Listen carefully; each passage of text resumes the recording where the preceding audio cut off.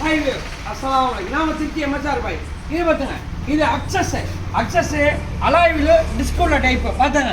2019 ஒரே owner, engine Outlook மாரி எல்லாமே நல்லா இருக்கும், குவாலிட்டியாக இருக்கும், வண்டி ஃபுல் ஃபிட்டிங்கில் இருக்கும். TN 68 குமார நம்பர், ஒரே ஓனர்.